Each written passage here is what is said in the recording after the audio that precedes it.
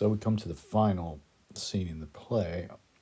Obviously, we would immediately want to compare that to the first scene, and what we see is a different king now in charge. But unlike some of the criticism and productions that over the years have responded to this play, I think it would be clear to most modern viewers and readers that what Shakespeare's saying here is that not much has really changed, and that this revolution, this replacing a weak leader with an weak older leader with a new stronger leader, has certainly not happened. Interesting that York is on stage and mentioned in the first line of the scene, but does not get a line. I don't know what the significance of that is, but it could be interesting to consider, because there's issues of family here and uncles, and of course the dead uncle is the topic of the first scene. A live uncle is silent in the final scene. So there's some parallels that could be quite interesting to trace. What we see is, to begin with, Henry discussing various things that are going on. What's the latest? The rebels are mentioned in the second line. So there's various references to people who have been rounded up, and Northumberland talks about the heads of 4 people who've been chopped off: Oxford, Salisbury, Blunt and Kent.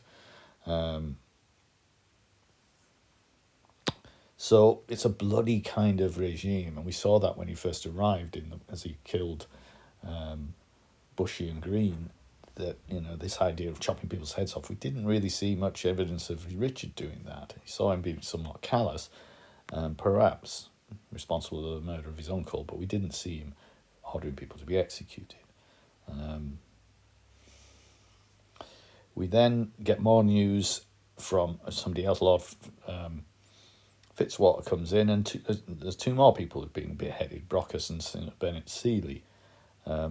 So you could say, oh, well, this is evidence of Henry sorting everything out. He's getting rid of all his enemies. But it also looks like there's a lot of rebellion going on. It's a chaotic situation, and that Henry is having to resort to the most violent methods in order to control the kingdom that he's taken over.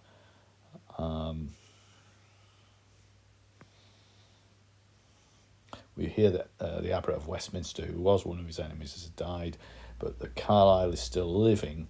And the one interesting thing is that Henry says of Carlisle, who's there, but doesn't speak, well, your doom is not to die, but to find some place quiet to go off and live.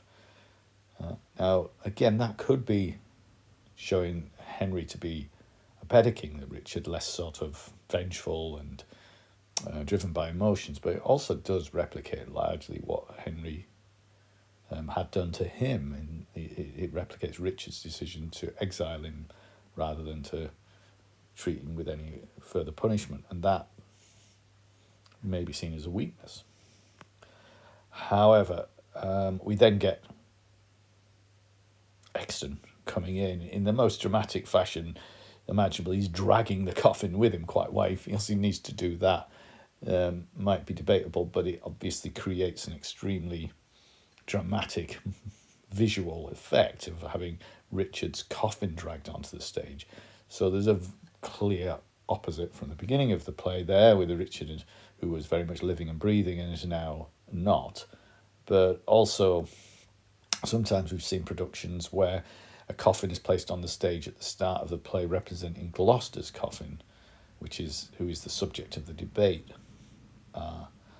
about whether Mowbray or Bolingbroke are in the right. So that could be, again, a sense of a full circle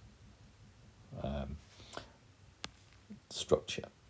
Henry gets the final speech in the play, and it's a speech of regret. Now, again, this could be that it shows his human side, but also could be that it shows the side that we're going to see later in the sequence of plays that this is a part of.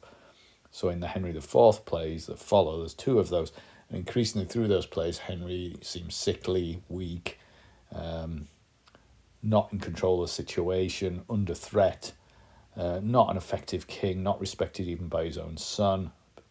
So perhaps this is the beginning of that. He says he wants to go on a pilgrimage, but he never actually does that. That's a part of something that he mentions at the start of Henry IV Part 1, but gets distracted from doing because his great ally in this play, Northumberland, and then his son, Hotspur, rise up against him. But there's a sense of his guilt here, and he talks very approvingly of Richard in his untimely bier, his untimely coffin. He's died too young. So the play ends on a downbeat note, not a note of triumph. And it does look like Henry has done what a lot of Shakespeare's ambitious characters do. He's achieved what he's wanted, but he hasn't really found any way of enjoying that. It's not a pleasurable experience to be king after all. And you might sort of sense he already regrets that he's been through all of this just to create a lot of problems for himself, which is kind of what Richard predicted when he said, my sorrows are now passed on to you, but I keep my own sorrows anyway. Henry Bolingbroke has got a lot to deal with now. So the tragedy of the play, I don't think can be ever seen as a triumph of a strong leader over a weak, but it could be seen as, there are potentials there for Henry Bolingbroke to become a more interesting leader in this final speech, and that he shows some emotion here and some subtlety of emotion. But that's not what we see later on in the sequence when Shakespeare comes to write the following plays. King Henry Bolingbroke is nothing but a weak and troubled king. So tragedy is that the poetic and sensitive king is dead. The sort of brutish and violent king is unhappily in his place.